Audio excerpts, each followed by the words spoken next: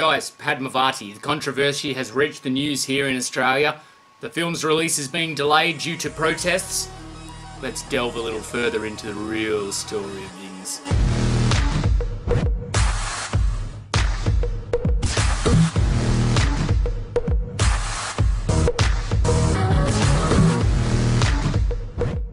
Hey guys, Rocco here. Welcome to 2018.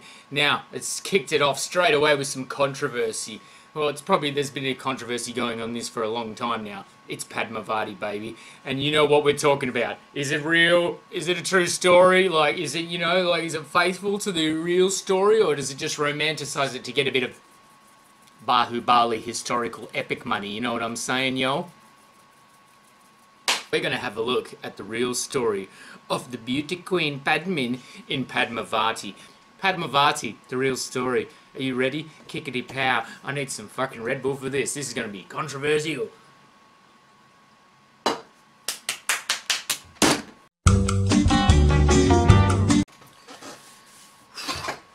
Guys, I've just been searching YouTube for a true story on Padmavati in English, something that I can understand. Oh man, the ones that I've found, the sound quality is so bad that it hurts my ears. Hurts me ears to listen to it, it's that bad. So, I don't know what they're recording it on, it sounds like a tin can in a bloody shed.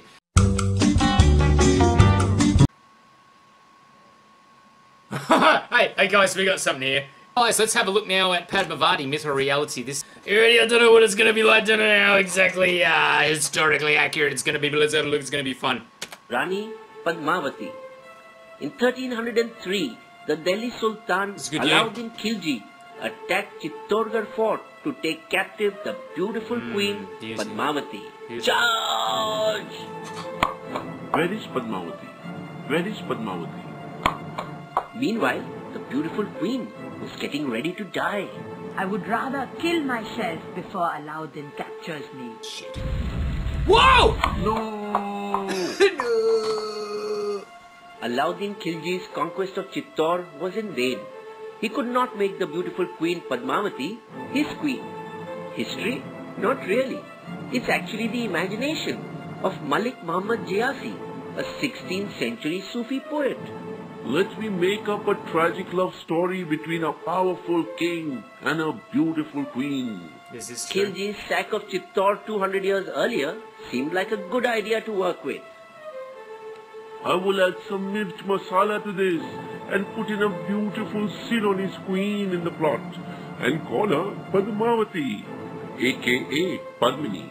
Padmini. That should make it interesting.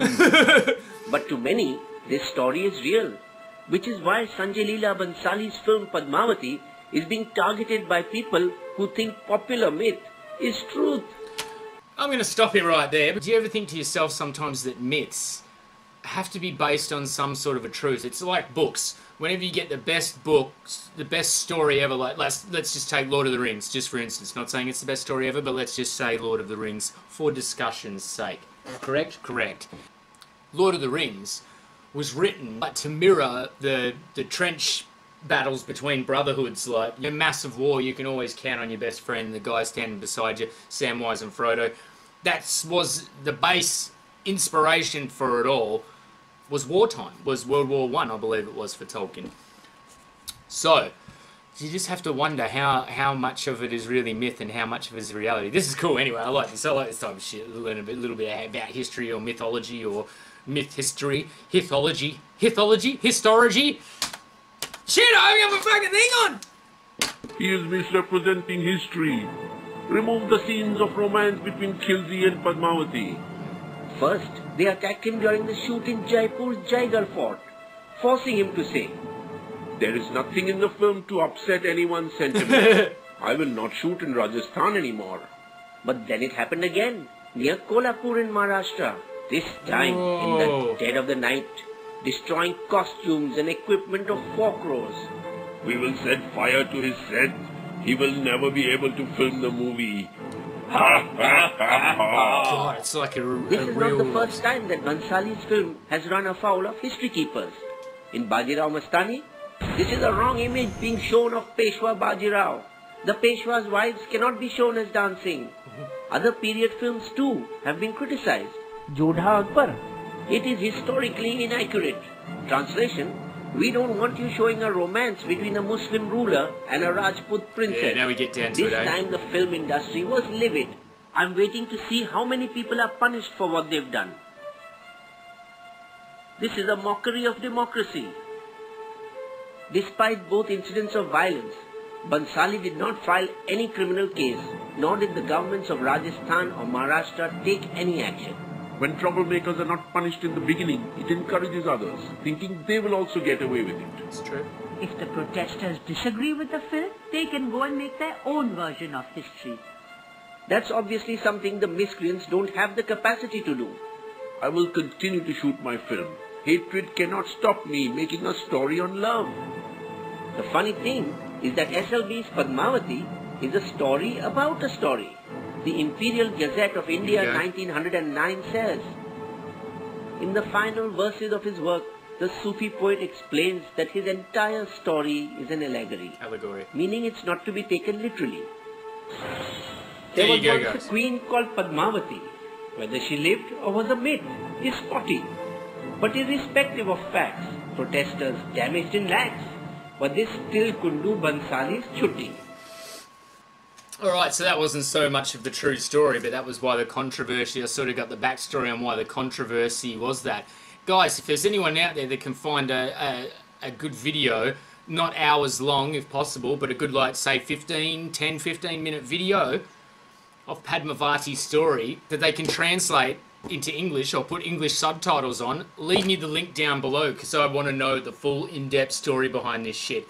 But it's very interesting, man, because you see, you know, the same thing happened. Remember when Noah came out, or you guys, I don't know if you guys, when Noah came out, the controversy was huge because they'd taken certain parts of the Bible, the fallen angels, which are the bad guys, were now the good guys helping Noah and all that sort of jive. And sometimes I think the critics and, of course, the religious nuts who watch movies, I don't think they can even, you know, they just get fucking offended so much they can't watch the movie and get everything out of it that you and I would get out of a movie.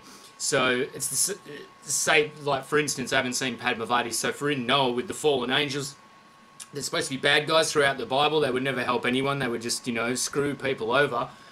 But they're helping Noah build the ark in this one. So, but if you watch, the only reason they're helping to build the ark is, you know, because they've, you know, they want to help him out because they've fallen from heaven. So it sort of does sort of still fucking fit in. But nobody's ever going to take a movie with a New Zealand guy playing Noah too seriously. You know what I'm saying? Same with, like, Mel Gibson directed Passion of the Christ. Ain't nobody throughout in history is going to really worry about the Passion of the Christ. They're not just going to say, hang on a minute, we got Passion of the Christ on Blu-ray, let's burn all the Bibles. Same thing with Padmavati. I can't see the myth being overshadowed too much by a little film that comes out.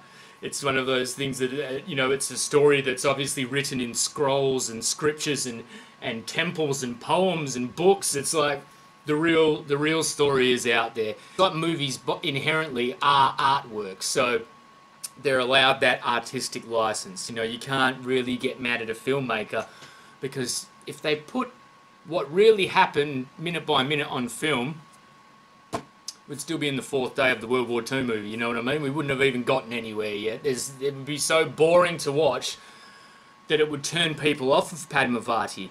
Whereas now, you've got a huge discussion going on. People like me in the corner of the world, it even came on our news here, people like me are now looking up for the real myth or poem or story or the true story of Padmavati. So, ultimately, I think it's a good thing, the Padmavati film coming out.